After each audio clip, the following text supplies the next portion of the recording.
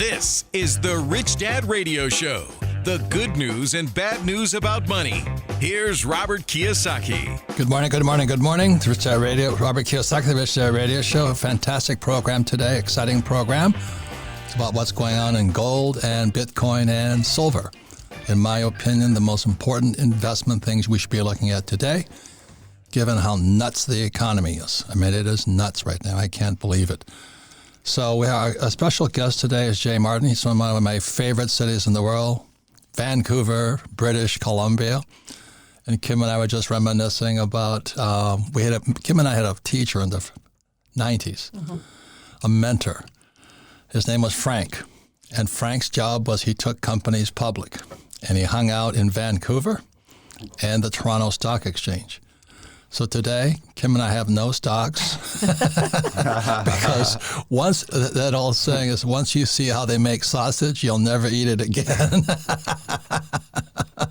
So I don't like, if you like stocks, bonds, mutual funds, ETFs, have a good life.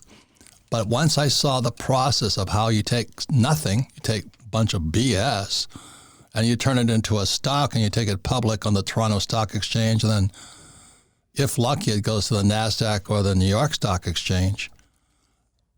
I really don't like the process personally, but all it did was convince me why gold, silver, and today Bitcoin, far more solid investments given what's going on in the economy. Any comments? I think it was about our teacher, Frank, because he was our best teacher, wasn't he? Well, I used to say, Frank, you're such a great teacher. And he would say, I'm not a teacher. And I'm like, yeah, you are. Yeah, you are. I would literally sit. We'd be at the boardroom table with him, and I'd literally be sitting at his side, listening and just learning. And that was the price we paid. It didn't matter that the companies didn't go anywhere. Right. The education we got was invaluable. I wouldn't trade it for anything. Yeah. Which brings me to why I'm here, Robert. I wanted to tell you about a very exciting investment opportunity. Everybody in Vancouver's got a deal. And if the right pocket deal doesn't fit, they got a left pocket deal. Everybody had a deal. But I just loved it. It was so exciting. If I tell a story, is what happened was Kim and I were working on the cash flow board game. I didn't know how to. One part of my life I didn't have was even IPO, initial public offering. Today they call them everything these days. And so our neighbor in Phoenix said, "Well, I know this guy named Frank," and Frank lived up quite a ways away. But we drove up to his place, and I said, "I really want to learn how to do an IPO. Tell me how to do an IPO." He goes, "I don't teach people. I just want to learn." He says, "How bad do you want to learn?" I said, "Bad." He says, "If you're on a plane tonight, be at the top of the mountain." So interesting. So I go home to Kim and we're filming the video for the cash flow board game, right? Yep. We were flying to Texas. We were going to go film. We had it all set up. We had all these people that were going to do testimonials and talk about the game and talk about Rich Dad. And then Frank said, "You got to go to Peru, Robert, tonight." How bad? Okay. No, it's a question I ask everybody. How bad do you want it? And Frank, same question. How bad do you want it? How bad do you want to learn this business? I said, badly. He says, "Well, Saturday night, you're on this plane." Yeah. So I went to Texas. We filmed everything that we needed to film. You went to Peru and did what you needed to do, and it all worked. So Jay, I'm standing on this mountaintop. She's in Dallas filming this thing. I'm up at 17,000 feet without oxygen, passing out. and I came back, and Frank says, "What'd you find out?" I said, "It's not going to work." He says, "I knew that. I just wanted to find out how bad you wanted it." Interesting. And so that's the question I talk to so many people in life is, how bad do you want something? And most people, the answer is not bad enough. But anyway, Jay. Okay, let me just introduce Jay here. Jay Martin. He's the president and CEO of Cambridge House International, and they, previous to COVID, did all these investment seminars, huge conferences, all about the mining sector. He's also on the board of Entrepreneur Organization, which is something near and dear to our hearts. Great organization, Entrepreneur Organization. But today, so we're going to learn about the mining sector, and you talk to all the experts, and you're interviewing these people all day long. So we're going to find out from Jay just what the heck is going on and what's hot and what's not and where you should be looking. So Jay, you're a real young guy. How did you get into this thing so young? You must have been started as a pickpocket early. Yeah, I was. Yeah. Like all the greats in Vancouver. Yeah, no, it's a roundabout way. So I took over a family business in 2011. I began purchasing a company that my dad founded. And at the time, it seemed like a great idea. It was a resource investment conference company. So if you're familiar with that sector, this was 2011, ended up being a horrible time to purchase a resource investment conference company because gold subsequently fell off a cliff for the next 6 years. But ended up being the best education for a young entrepreneur at the time, right? I had to lay off all of our staff, we ended up invested in so many projects that were just no longer economic. And within 3 years, we were literally days from insolvency. But, we were able, in true to Vancouver fashion, find some pivots, right? And, on the heels of the cannabis market and the crypto market, and we pivoted pretty aggressively to technology at that time, actually. And I love Vancouver. I do. It's fun. It is. Yeah. And everything you say about it is true, right? It's a hustler city for sure. And so investors need to beware, right? Because it's very promotional. But if you like that thrill and you like to get in on things early, as I do, I don't know if there's a better place in the world to be located, right? The venture exchange offers just a really unique vehicle to raise cash for a good idea. Unfortunately, it's also a vehicle to raise cash for horrible ideas, and we see that a lot. But with the right mentorship, guidance, and gurus that you're following, and if you want it bad enough to do the diligence, as you said, Robert, you can find some amazing opportunities, right? If you like that early stage stuff. It's exciting. And I only like early stage. Like people say, are you buying Bitcoin? I said, I already bought Bitcoin. And they don't understand that. So your profit is made when you buy, not when you sell. Does that make sense? You know what I mean? Yeah, the jury's out for me on Bitcoin, to be honest. Like I invest actually every month, I dollar cost average in, and my question around Bitcoin is I don't really know what I think it is yet, which is kind of unique. I understand, but for me, it's just a trade. It's a trade. Okay. It's a momentum trade. That's all it is. I don't know what it is. Yeah. So somebody said, well, have you made any money? So, well, I bought it at 6, 7, and 9, and today it's around 65,000. Yeah, so I'm still in the money. You're doing well. So why is there always this discussion and this debate about crypto versus gold? It's Bitcoin and gold. I mean, Bitcoin and gold. Bitcoin is the gold, digital gold. Yeah, it's a good question. So I hear it all the time as well. And I've hosted those debates on my channel, on my podcast, and on my YouTube channel. And I think it's asking the wrong question, right? If we're going to compare the two as if it's apples to apples, then it just isn't, right? I own gold, I own Bitcoin. I don't think that you can study history with any kind of a focus on currencies and then think you shouldn't own gold. It doesn't make sense to me, right? I wouldn't go all in, but having a horse in the race is really, really important, right? And I mean physical gold bars and coins. That's what I prefer to own. That's Obviously, true. I invest in. We have tons of it. I mean, literally tons. Yeah, and it's you can look through. So Bitcoin is 13-year-old. It's not enough of a track record to convince me that it knows what it is yet. I'm bullish on it for sure, and I own a bunch, but it's different from a 5,000-year history of a hard asset. It's like comparing Facebook stock to real estate. It doesn't make sense to me. They're two very different things. And my favorite is silver. Okay. Yeah. Because it's an industrial metal. Gold is a precious metal. Silver is precious and industrial. So, I mean, we have tons of silver too. Yeah. And I just don't know why people argue about it. My question is, how many ounces have you got? How many Bitcoins have you got? This and this and this. So how much you got? Mm-hmm. What is the consensus on silver these days? Yeah, I think the consensus from the people that I speak to on my show, definitely one of the more bullish commodities that I'm hearing people speak about. However, it's funny though, right? Because if you look at the macro trends supporting what should be a really robust gold market, gold and silver haven't really responded yet. And so we've got this weird situation where the macro trends are more bullish than ever, but the sentiment is more bearish than ever. I mean, literally, I had a handful of friends at the 2 precious metals conferences in Colorado in September, right? The Beaver Creek and Denver Gold Forum. And no joke, one of them came back to, he lives in Holland, but we had a call shortly thereafter. I couldn't make it to the event. And he said he was cornered by a couple gold investors who said, Ronald Stofferly, you might know him, right? And he said, they cornered him and said, Ronnie, if gold isn't performing now, the trade must be dead. It's over now, right? Which was the most bullish thing that I'd ever heard. I went out and doubled down on my it's like, that's what we want, right? Well, you're from Vancouver. That's not. But if you have the patience and you understand that sometimes patience is the best trade, right? That's often overlooked, right? Then yeah, sit tight, right? Tight.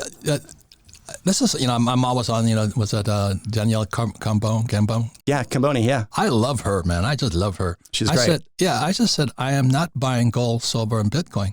I'm betting against the Fed. Sure. That's all I'm doing. Yeah.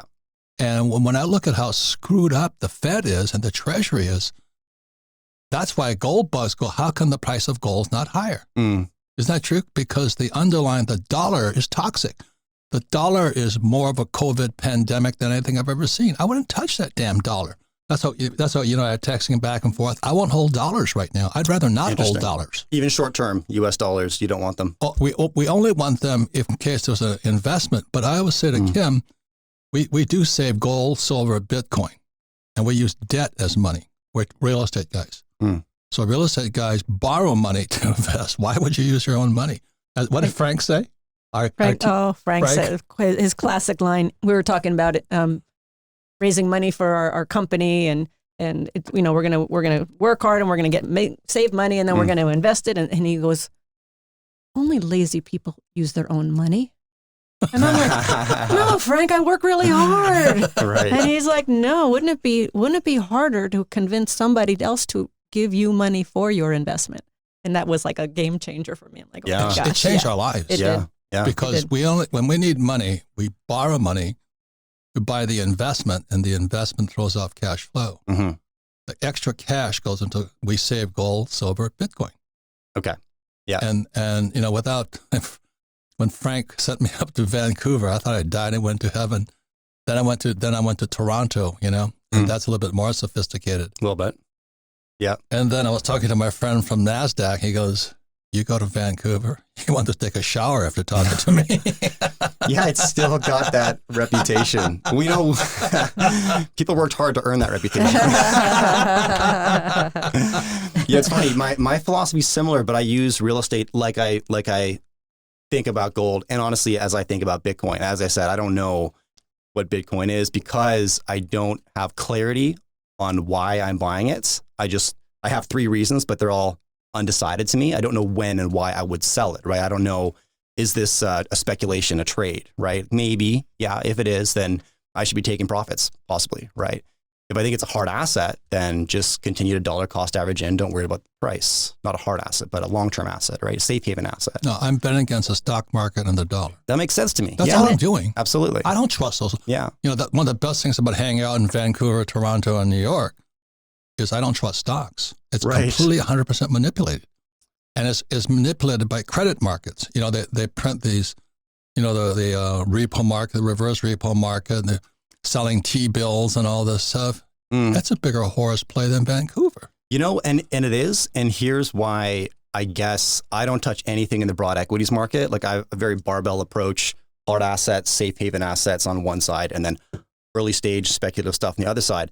And in the spec market, specifically companies listed on the venture exchange, there's not enough liquidity for the forces that you're talking about to really manipulate the market, right? And so what I coach our viewers to do is, if you have the time to invest in being an investor in the speculative market, which is the most important thing, and most people overlook that, right? But as soon as you're taking profits, right, push it over to hard assets or those safe haven asset classes, whether that's Bitcoin, real estate, gold, cash. I hold cash as well, but I generate the cash in the spec market, and as soon as there's profits, I move that over to the legacy wealth bucket, right? Yep. And when you talk about Bitcoin and the future of Bitcoin, I think of our friend Landon. Landon was, he got in first round, early first rounds on all these companies, on Bitcoin, on Ethereum, Amazon. All of it. He's big in cryptocurrencies, but he said to me the other day, I said, Landon, what do you see happening in the future? Where's it going? And he said, Kim, he goes, I've been in this from the pretty early stages. He says, if anybody tells you that they know what's going to happen with the cryptocurrencies and with Bitcoin and Ethereum, he goes, you run like hell because 100%. Nobody knows. 100%. Nobody knows. Yet guys like you were talking about, Raoul Paul is this 90%, his whole asset, his whole wealth is in Bitcoin. Yeah. or cryptos. Yeah. But anyway, the whole point here is it's a bet against, and in my world and your world, it's called counterparty. Who's on the other side of the trade? And the reason I loved Vancouver was because people talk about doing due diligence on Amazon and all this. Well, do you think Jeff Bezos will let you come talk to him? No. But the thing I liked about Vancouver, I could meet the promoter. No, I'd sit there and talk to him, and you get a sense of who they are, or they're lying to you and all this. Yeah. And then from there, that's where we go do our due diligence. We actually looked at the stuff, and we actually met the guys who are putting the deal together. That's why I love Vancouver so much. That's why I like Toronto so much. Do you know what I mean? It's because I could meet the guys. You have to do that. When you're investing in companies that size, you're not really investing in the product or the service or even the industry, right? Who's you're the investing team? in the integrity and decision-making of one or two individuals and the people they surround themselves with. Yeah. Right. And this guy, Frank, our buddy, he had the best team around him, man. These guys were the best on Toronto. That's the strategy. You pick the best people and then don't deviate, right? Correct. 100%. So it was the best grow up. That's why when Marin Katusa, we invest with him. He's a startup guy too. Smart. 100%. So we don't buy stocks, we buy startups. There's a very big difference because we're entrepreneurs. You know, we're not 401k guys, we're not losers like that. I have no use for them. But I like the startup. It's exciting. We're entrepreneurs. So we come back, we'll be talking more with Jay Martin and all this about gold, silver, Bitcoin. But my whole thing is, why would you own it? The counterparty is a person called the Fed and the Treasury and Wall Street. That's why I buy gold, silver, Bitcoin. We'll be right back. Welcome back, Robert Kiyosaki, the Rich Dad Radio Show, the good news and bad news about gold, silver, and Bitcoin. But more importantly, the most toxic thing, more toxic than COVID, is the U.S. dollar. That baby is in big trouble. Anyway, you can listen to the Rich Dad Radio program anytime, anywhere on iTunes, Android, or YouTube, and leave us a review. Also, we archive our programs at richdadradio.com. The reason we do that is repetition is how we learn best. You listen to this again, you'll pick up twice as much. But more important, if you have friends, family, and the business associates who are still saving dollars or yen or pesos or the loonie, I would listen to this program because I think fake money or fiat currency is in serious trouble right now. And so when we're talking about gold, silver, and Bitcoin, I'm not buying gold, silver, Bitcoin. I just don't trust our government. And they're going to have to start printing pretty quickly. And the more they print, the less value, purchasing power the dollar has, or the loonie, or the yen, or the peso. So that's kind of, it's not a bet for gold, silver, Bitcoin. It's a bet against our government. Any comments, Kim? Well, that's been our discussion the last week or so. is we have, with this cash, we have cash, and we don't really want to hold on to cash. And then I listened to our friend George Gammon, and he has this possible scenario that the dollar's going to come crashing down, and I'm like, we got to move it now. We got to do something with it. It's like I go into panic mode. Like It's all going to crash tomorrow. So I'm this is why I'm so interested in listening to you, Jay, too, and where you see things happening in the mining sector, because as Robert said, it's gold, silver, Bitcoin, and cash is something that makes me very, very nervous. Sure. Yeah. Matter of fact, we're talking about selling one of our houses, and it's like, well, we don't need the cash. We'd rather hold it in the real estate. 100%. Yeah, we absolutely. Don't need it. I would never sell my real estate.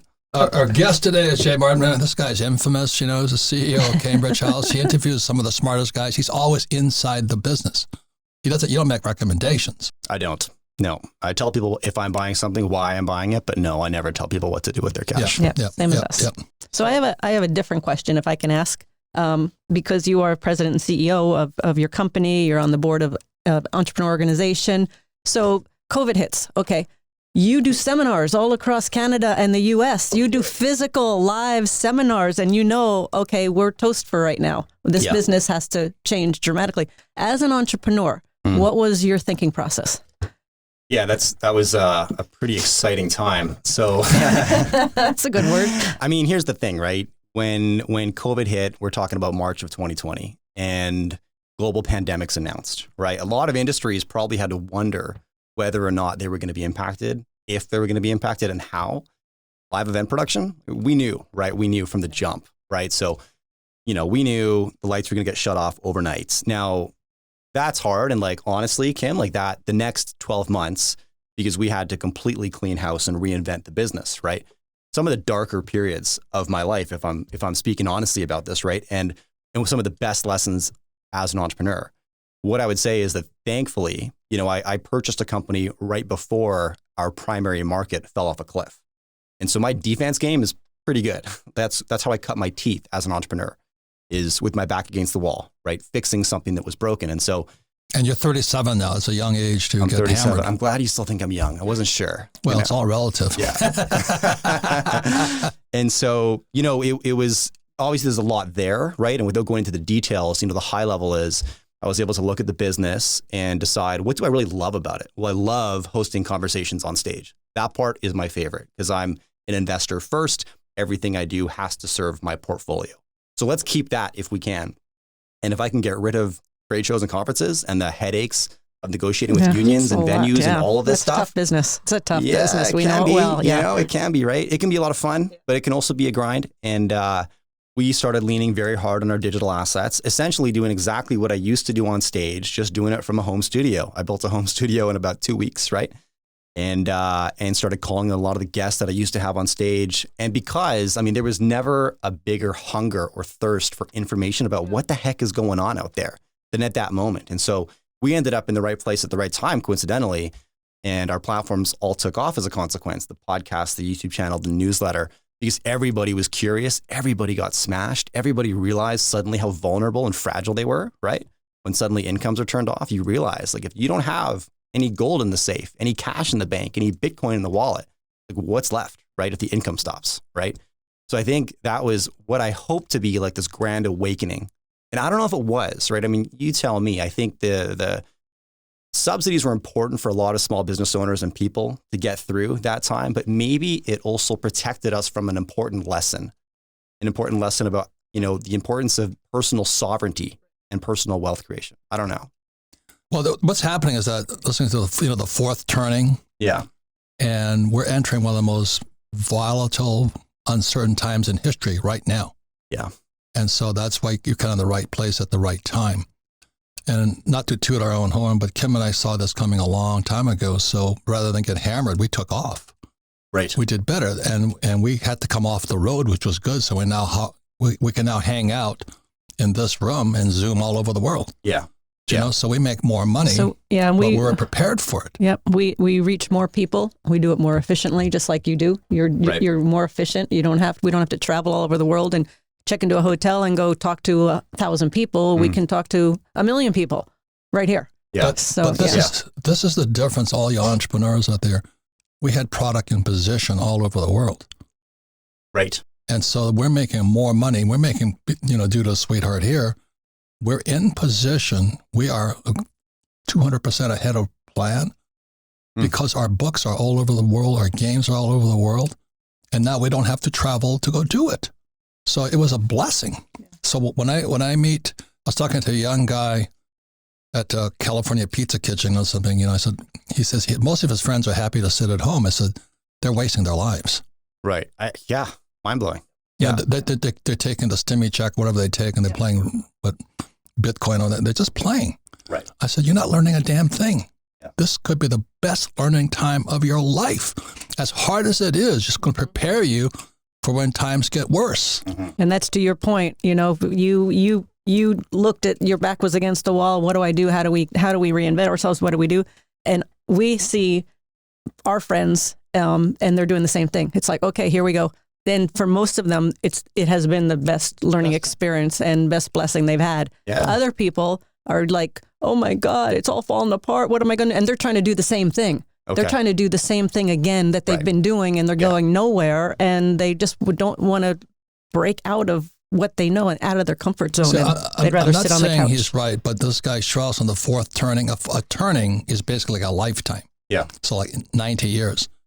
And he said the people that remember World War II are dying. And that's Nancy Pelosi, Colin Powell just died, and all this. Mm-hmm. So the boomers, my generation is coming up right now. But your and every generation is going to hit this time at a different part of their lives. You know what I mean? Yes. So the people that are sitting at home right now, they're really wasting their lives because according to, I think his name is Neil Strauss, I could be wrong, it's going to get worse. And the reason it's going to get worse is why I'm in gold, silver, Bitcoin. It's because the dollar is toxic. The Federal Reserve thing called the dollar is toxic. And they are so loaded with debt, they're going to have to print more money. They have to. Or we default on our, the debt ceiling and all this. Yeah. So I'm not buying gold. So, when Kim and I, 35 years ago, we started buying gold, silver, now Bitcoin, it was a bet against the Fed, the Treasury, and Wall Street. Mm. And the baby boomers are toast right now. Our pensions are empty. So who's going to bail out the pensions? Of course, the Fed and the Treasury. So why am I buying gold, silver, Bitcoin? It's because who's going to bail out the baby boomers next? Right. And that's why the counterparty. Would you mind explaining counterparty? Because that's a very common term in gold and silver, guys. Yeah, well, I think you position that best when I ask you why you're buying gold, why you're buying Bitcoin. It's not necessarily because you are a gold bug or a Bitcoin maximalist, right? Which is dangerous, right? And it's funny how frequently I'll speak to a gold bug or a Bitcoin maximalist, and they talk about the importance of thinking critically and thinking independently. Meanwhile, they're surrounding themselves with other gold bugs and other Bitcoin maximalists, right? And operating in their own echo chamber, right? That's a good point. It goes both ways. That's you know what I mean? Oh, yeah. And if you wait. The definition of intelligence, if you agree with me, you're intelligent. Right. But isn't that, it actually gets me to, one of the biggest conflicts I have in my mind right now, and I'd love to know your thoughts on this. I'm suddenly I've got a bit of a platform. I'm not doing Rich Dad, Poor Dad numbers, right? But between our podcast, YouTube, and newsletter, we speak to about 250,000 investors. And I've never seen so much division. And, granted, I've been in the market for about 15 years, so it's all relative, right? But the trajectory of the division is what concerns me the most. And what do you mean by that? So let me give you an example. So my latest newsletter was telling the story of a restaurant in a town pretty close to where I live. Actually, you guys would know it. The town's called Hope. It's a couple hours from Vancouver, right? I wouldn't know it. So 6,000 person town, quite small. In this town, there's a little restaurant called Raleigh's. Raleigh's has been there since the late 80s. I have to tell you this, but I think Clinton was born in Hope. Clinton? Hope, Arkansas or something like that, yeah. Oh, that's Hope, Arkansas. He's talking about. It's got a bad name. You come from bad heritage. Right. Now go ahead. Well, given it is an ironic name for a town, given the story I'm about to share. But there's this restaurant called Raleigh's. They've been there since the late 80s, so 3 decades plus, right? Small business, but in a town of 6,000, pretty big contributor to the local economy. They employ 40 people, right, for 30 plus years. And a handful of the employees have been there since day one, right? They're super active in the community, philanthropic at their scale, giving back to local events, initiatives, with a focus on youth at risk, which is real close to my heart, so I love it. Now, like every business in their position, COVID smashed them, right, real hard. They had to shut for many months. When they were allowed to open, they had to increase their staff count to meet all the sanitation requirements, meanwhile cutting their table count down by half. So costs up, revenue down, all this stuff. But they met all the mandates to the T, right? They follow the mandates because this is their livelihood and it's what they had to do. Until more recently, in the province of British Columbia, where I live, the vaccine passport mandate rolled out, right? And this is to say that anybody who goes to a restaurant, hotel, casino, public space has to be vaccinated, right? This is where the owners of Raleigh's put their foot down and said, that's illegal and against my principles, and I'm not going to do it, right? And in response, the government took their business license for 6 months. Given their recent history, that's a death blow, right? So they're finished. Now, jeez, that's terrible. It's not an isolated event, but I read it, and here's why it struck me so hard is because as soon as I read the story, I scrolled down to the comments, assuming everybody would be as enraged as I was. And I'm not saying who's right or wrong in this story. That's not for me to say. I scrolled down from that story expecting everybody to be as enraged as I was, right? And again, like I said, I'm not saying who's right or wrong. I think it's more complex than right or wrong. I think these issues are very complex. But it was like 150 comments saying, fine should have been bigger. Thanks for taking care of these guys, right? I would never go to that place again. Just brutally, I thought so cruel, right? And so I published this story to my audience, right? I wrote a letter about it and I said, look, once again, I'm not condemning the government for this. I'm just saying this is crazy. I know you, yeah. And so I got a bunch of feedback from my audience saying, I was wrong for not condemning the government. And so anyways, the point of this is now that I'm sitting on a bit of a platform, I wonder if I have or should have a bigger purpose than just talking about what's in my portfolio and why, right? Because I'm a capitalist and a humanitarian. And I think if you want to be a humanitarian, you have to be a capitalist first. Because if you don't have any resources to be anybody's Correct. rock, then what good are you to anybody, right? But that is a pretty rare belief in my opinion, right? And that puts me in the middle ground, right? Which suddenly is true contrarianism, because either we're way over here with government's wrong, right? Personal liberty everywhere, all this stuff, or more intervention, more regulation, all this, right? But to my point earlier about surrounding yourself with gold bugs if you're a gold investor, or Bitcoin maximalist if you're a Bitcoin investor, if you go either of those two directions, you're just surrounded by confirmation bias, right? And I think there's a lack of critical thinking. And so anyways, what I'm saying is, should I be thinking more critically about how I can bridge that gap with my audience and say, look, I'm a capitalist and a humanitarian, all right? That's I think the better path here, but I think that's lost on people. But do you think I'm out to lunch? Or what are your thoughts? Well, let me just say what this guy, the fourth turning says. Yeah. He says, it is so divided now, you cannot talk. You can't. Exactly. It's impossible. For Neil Howe, we are in, the reason I feel like I'm intelligent today, because we're in gold, silver, Bitcoin. We're going into one of the roughest periods of humanity right now. And the problem is, from my perspective, is the dollar. And so if you understand the dollar, US dollar versus the loonie, it was created in 1913, but so was a tax department created in 1913. Right. So what they're going to do, we have so much debt today, they're going to have to keep printing. But every time they do that, it creates more poverty. You understand? The system is failing. Yeah. So we're going to have more homelessness, more unemployment, and the government has to print more money. So the position we've taken at Rich Dad is we're capitalists. And a capitalist is somebody who believes in teaching people to fish. Right. And a socialist wants to give people fish. Yeah. And then I just divide them that way. And so also what's happening with your generation and actually with Gen X, the income of men is dropping. So is testosterone. Yeah, you're not wrong. So there's fewer men and their incomes are dropping. And, and then why do you think that is? I don't know. I'm not God, but anyway, I'm just, I watch, like you and I, we have to watch the trends. Yeah. So I listen to all these different guys on YouTube. I love YouTube, but I also hate it.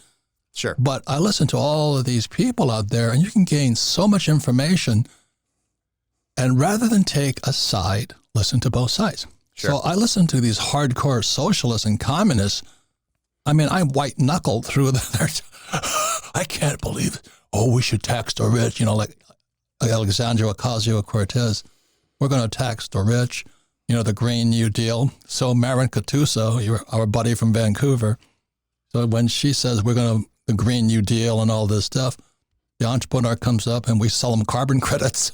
So a capitalist is always going to make money anyway. That's the point. And we've always said it, and before COVID, entrepreneurship is the solution. I still believe that entrepreneurs are the solution to these problems. And to your point about, do you speak out more, or what do you do? I feel like it's the best thing I could do with my time and energy, to be honest with you. Yeah, well, it takes guts. It takes courage right now. It does take courage. That is the word, is courage. And the one thing I've learned is how I deliver what I say, so people can hear it. Yes. So people are so divided that you could say a word and they're going to explode. 100%. But I've had to be really choose my words wisely, right, so that they can hear it. So Jay, it's always about the money. You see, whether you're a socialist, you said, well, we should just give people money, or a capitalist, we're going to teach people to fish. You know what I mean? Mm-hmm. But what's happening is money is toxic today. And so men are earning less money. My generation, the boomer generation, I made 3 times my father day one. He had been working like 40 years. My classmates in 69 are making $120,000 a year. My father was making $25,000 a year as a superintendent of education. Right. So the boomers are different. That's what the fourth turning is about. It's so interesting. But right after that, the income of men, Gen X and all that, started to drop. And jobs, all this stuff started to happen. But a lot of it started around the Fed being created in 1913. Debt. So the dollar today is debt and taxes. So the only way a dollar comes into existence is we have to borrow money. Mm-hmm. And when we borrow money, they're very, very happy because the money is produced. We pay no taxes the more money we borrow. So here's AOC, Alexandria Ocasio-Cortez, saying tax the rich. She taxes the working class. Mm-hmm. She taxes the people who actually have jobs. The capitalists are kicking butt. Mm. And that's what Rich Dad teaches. Mm. It's about the money. It's how we make millions of dollars and pay no taxes legally. And they can argue with me all day. Like I got attacked constantly by the socialists. I say, that's a free country. You be a socialist, you work hard, and you pay taxes. That's your choice. It's not my choice. Right. And I give people the choice, and that choice is freedom. I think that's the key word. Yeah. Is choice. It's choice. So I don't care if people like Bitcoin, gold, or silver. You choose whatever. Yeah. You can invest in whatever 100%. You want. You know, whatever it is that. All I want to know is the entry point. What did you buy it at? How did you start at? You know? How many ounces? You know, when gold was $300 an ounce in 2000, you were probably too young for that. I remember it though. Yeah. I thought I died and went to heaven. Oh, gold crashed to $300. I said, thank you, Jesus. Took laps around the rosary bead, just backed up the truck. And so if Bitcoin goes back to 7,000, guess what? I'm going to back up the truck again. 100%. And that's the entrepreneur. Because all these people are arguing, is it gold? Is it Bitcoin? Is it this? Is it that? Everybody's arguing, and the entrepreneur's just going out there going, okay, I'll take this. I'll take that. I'll take this. You don't want that? I'll take that. Yeah. Alexandria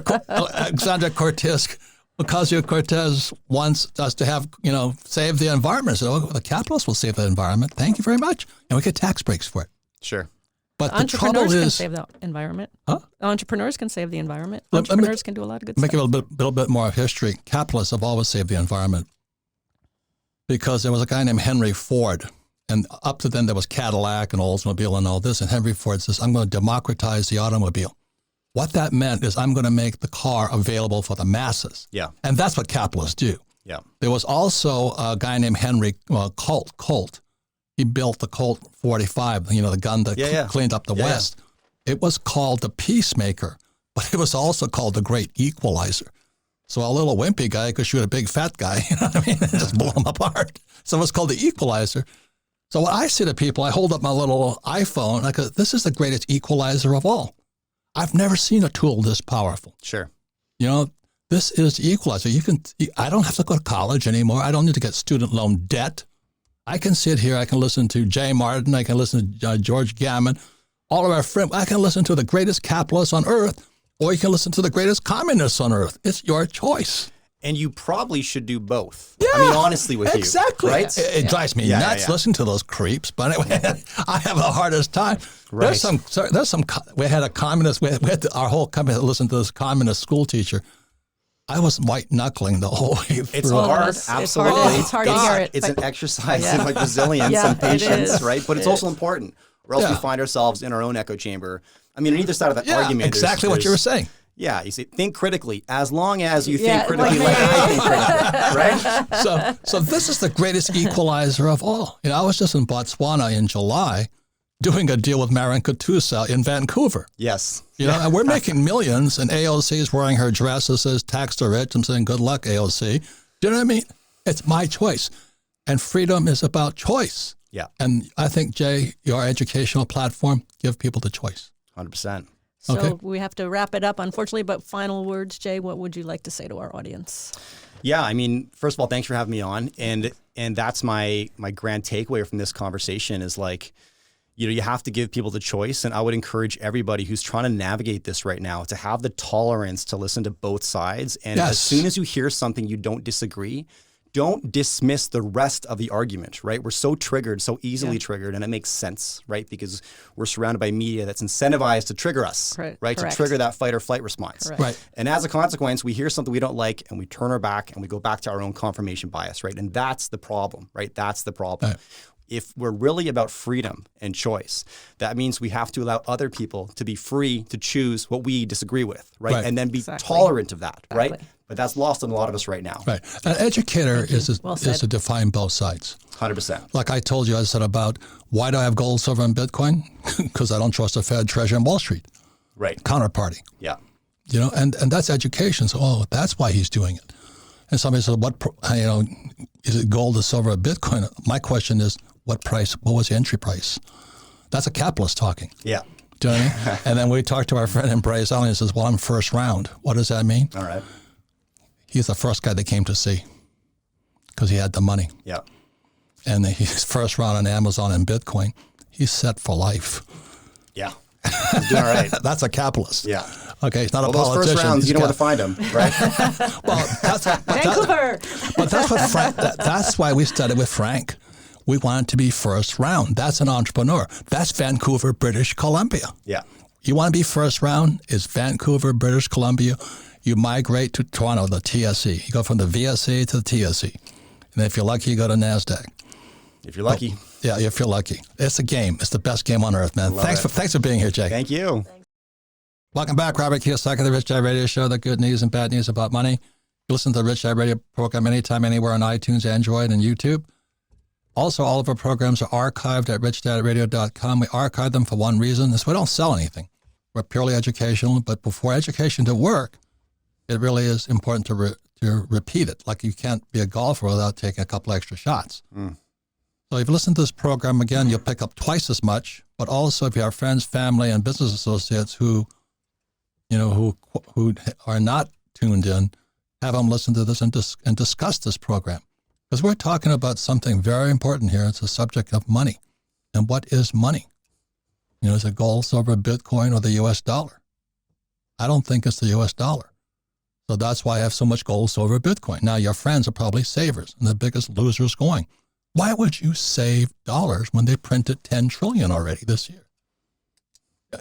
To me, it's utter stupidity. It's utter stupidity. Can't you see what the government's doing? Right. And the question is, are they going to print more or less? Well, when the baby boomers go bust, they're going to print more. And when the stock market comes down, they're going to print more. Because the problem isn't in the stock market, the problem's in the credit market, the treasuries. The bond market is the biggest bubble in history. Oh, I'm going to save dollars. And then Rich Dad Poor Dad, I said, savers are losers. Oh, you're an asshole. I went, well, okay. So you should have bought Bitcoin at 10 cents. Yeah. Instead of $1. Yeah. You know what I mean? Right. But no, I've got a lot in savings. And meanwhile, the Fed and Biden and those crooks out there are printing it. Wall Street's printing it. I'm going, why would you be playing that silly game? Again, the word is called counterparty. Yeah, which is the importance of tuning in to shows like this. Yeah, who's on the other side? Who's on the other side of the trade? Because saving it's got the right intention, right? You're producing more than you consume and storing the balance, but leaving it in cash is where the risk is, and that comes from a lack of understanding, right? Well, it comes from pure stupidity. Sure.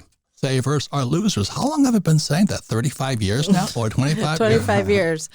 Savers are losers. Oh, no. And the Fed announced today, we're going to print another $3 trillion. The question is, what comes after trillion? Right. Quadrillion. Yeah. And you're going to save dollars when they're going to print quadrillion? Let me give you an example how much a trillion is. If you spent $1 every second for 32,000 years, you'd hit a trillion. And they can print it in a minute. And you want to save dollars or yen or loonies or pesos or what? Why would you do that? Because you're still listening to your mommy and your daddy. And your mommy and daddy are broke or they're on pensions and they're playing golf, hoping their 401k stays afloat. Now, do you hold any, or do you look at any currencies of emerging nations, Robert? Like, are you averse to fiat currencies in general? Yes. Yes. All right. Yeah. Look, I'd rather have toilet paper than fiat currency. It's more useful. But, Jay, I'm pretty hardcore. Yeah. I've been a gold bug since 1972. Sure. I was flying behind enemy lines in Vietnam looking for gold. That's right. And there was a little Vietnamese woman at the gold station, and the enemy had overrun this little station. And this little Vietnamese, cute as a bug, bright red teeth, because they eat beetle nuts. That's right. And I'm sitting there, and she's showing me what gold is, and I realized my co-pilot and I are standing there going, we're college graduates. And he says, you know what gold is? We go, no. What is gold? And the reason was back in 1972, when we were flying in Vietnam, gold was illegal for Americans. And I went, why would that be? You know, and until you ask the question, why would they make gold illegal? So they could print fake money. They could print toilet paper, monopoly money. Now, do you think that it seems so unprecedented that that announcement could ever happen? But No. it did, and it could. Do you expect it to occur again? What's that? What announcement? Prohibiting gold ownership. Try. Yeah, they could try, but they might try, right? But I think to your point, so we've talked about Bitcoin being digital gold. Regulations are coming down hard on Bitcoin ownership. So I think, although it may not make gold illegal, I think that they're squeezing a generation that is relying on digital gold, for their store of wealth. But yeah. But this is the biggest thing about entrepreneurs. Entrepreneurs always find a solution. Yeah. Okay, that's what makes them entrepreneurs. And the stupid other people just do as they're told, like take the shot or wear a mask or social distance or shut down your restaurant. You know, I mean, that's what stupid people do. And I think that was a great point during this. Let me say one more thing. An entrepreneur will invent their way out. 100%. So Bitcoin is an invention. When I understood it, I went, oh my God, they're going after the same enemy, the Treasury, the Fed, and Wall Street. I like those guys. So that's when I bought Bitcoin. Now, again, so how you still buying? No, the price is too high for me. Right. It's always my entry point because I'm an entrepreneur. I'm not, and that's why I invested with Marin Katusa out of Vancouver because I like the early round. I like startups. Yeah. You know what I mean? I'm an entrepreneur. Well, that's where you find those innovative. I mean, I'll bet large on human ingenuity any day, right? Yes. And to the point where like I pour this Kool-Aid at my company and my key leaders at my business all have side hustles, right? So they're loyal to me from an employment standpoint, but I tell them like you need to have something on the side, right? Which is kind of a threat to my future plans for them, but you got to practice what you preach. Exactly. And having your foot in the entrepreneurial world is hyperly important. That's why I had to ask Alexandra, Alexandra, I need some help in Texas. Says, no, I got a business going. Yeah, she's like, my business comes first. I can't go this weekend because we have the same motto. I love that. Yeah, they preach what they teach as well. But I want to bring up a point real fast about entrepreneurship. You said entrepreneurs will find a way. You have a conference coming up in January. I want to give you a chance to plug it. Is that accurate? January? 100%. Yeah. Okay. Yeah. January 16th and 17th, we're back for the Vancouver Resource Investment Conference in Vancouver, Canada. That's VRIC. VRIC, that's right. Yeah. And what you'll find if you come to Vancouver in January is about 225 junior resource companies. Oh, the best. You want startups? Hey. That's where you go. That's where you go. Yeah. That's right. Yeah. So they're looking for the commodities that the world needs right now. And if you believe, we're moving into some kind of a commodities bull market, right? This is a great place to look for the ingredients to that bull market, right? If you want to bet on the renewable energy sector, but Tesla's not your style, it's not my style, but I'll buy the ingredients that Tesla needs. Absolutely. Like silver and stuff like that. Silver, copper, exactly. All the rare earth metals. But you have to be an entrepreneur at heart. If you're a 401k guy, stay home. Yeah, 100%. And venture investors they're in their own way entrepreneurs. Oh, yeah. Even if that's their full-time gig. No. It's like they live and die by their trade, right? I tell you, when Frank sent me up to Vancouver, I thought I died and went to heaven. I got so sick and tired of saying, oh, how's your 401k doing? I said, I don't know. I don't want one. I don't know. Oh, my 401k is doing good. So can anybody attend the event? How can they register? Do you have details on that? Yeah, anybody can attend the event. Just search for the VRIC. It's cambridgehouse.com is the website. And it's a 2-day event. I'll be joined on stage. I've got a pretty eclectic mix of guests coming to speak to me, including the former Prime Minister of Canada, Stephen Harper, the former President of Mexico, Felipe Calderon. We're flying him up from Mexico. And then a handful of the macro finance personalities that you hear on this show, you hear on my show. And that's to determine like the macro trends, right? So I always start my investment theses by understanding what's the macro trends, the tailwinds and the headwinds that's occurring. And because I want to invest early stage, but only if there's a tailwind, right? I don't want to invest into a headwind. So understanding the macro picture first, and then we dive down. We have a bunch more granular junior mining specific guests joining on stage to talk about exactly where they're putting their cash in the early stage commodities market. And we were talking about earlier is that the junior miners is where I was at, the exploratory guys. Yeah. We take the biggest risk, but we have the biggest reward if we hit. If you hit. If we hit. Now, are they having a harder time finding more gold, or There's plenty of gold out there. Yeah, I think that's inevitable, right? It's a game that's been going for, I mean, really the business model hasn't really changed in 100 years. Maybe drills spin a bit faster than they used to, but in general, it's the same practice, right?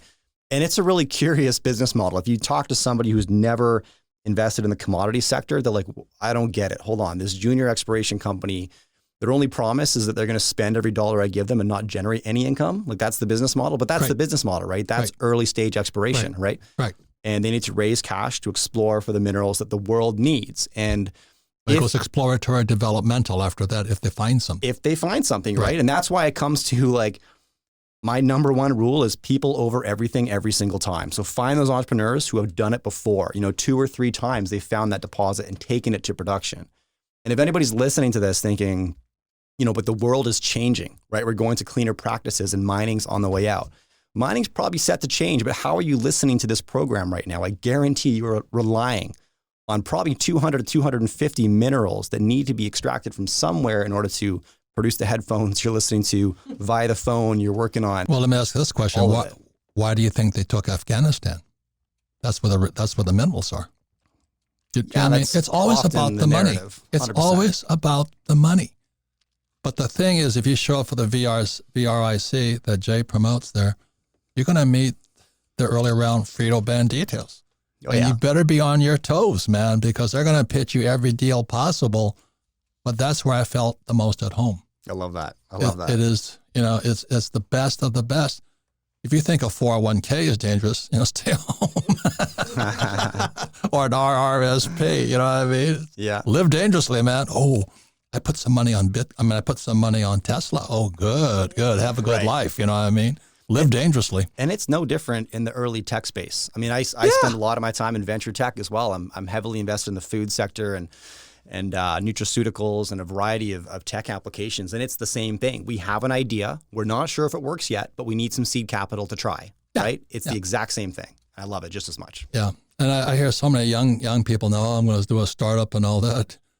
You want to learn about startups, go to the VRIC and just ask questions. You don't have to buy anything, right? You're not selling. 100%. But you can learn these guys are pitching the deal. And it's like I said, I've met Jeff Bezos when he was first starting out. But he wouldn't talk to me now. Do you know what I mean? And there's no sense talking to him because, Amazon is a big corporation. But the reason I liked Vancouver is I could meet the startup guys. I could meet the young entrepreneurs and talk to them. Yeah. That was the most exciting time of my life. That was 30 years ago. I just love it. But most people, live dangerously. Get another 401k or IRA. I mean, anyway, have a good life. Anyway, Jay, final words there. Final words. Thank you for joining us in studio and making the trip. Best of luck for your conference in January. What's your thing, Sarah? Wealth of knowledge. I mean, I've listened to a lot of Jay's stuff in preparation for your interview and for this. So I'm just blown away at the age that you are, but you have so much intelligence. So I think it's something that our audience can learn from, that you don't have to be a boomer to know all of this, that if you start education early, financial education early, you can be where Jay's at today. Yeah, but it's in your spirit and your soul. That's why I love Vancouver. When I was on your program, all I could talk about, geez, I miss Vancouver, Yeah, Vancouver misses you. It was so much fun up there. It was so much. I love Labatt's Blue and all the beer and the banditos up there. But yeah, you're right. It's that fighter mindset, right? That entrepreneurial mindset. It's the most important thing that I can. You guys go. If you want to talk to real entrepreneurs, go to VRIC. You don't have to buy anything, but you'll get the attitude, the spirit, and the risk. I love it. The risk and how they're going to mitigate the risk. Anyway, thank you, Jay. Thank you. Thanks for coming by the Phoenix office, and thank you, sir. Thank you.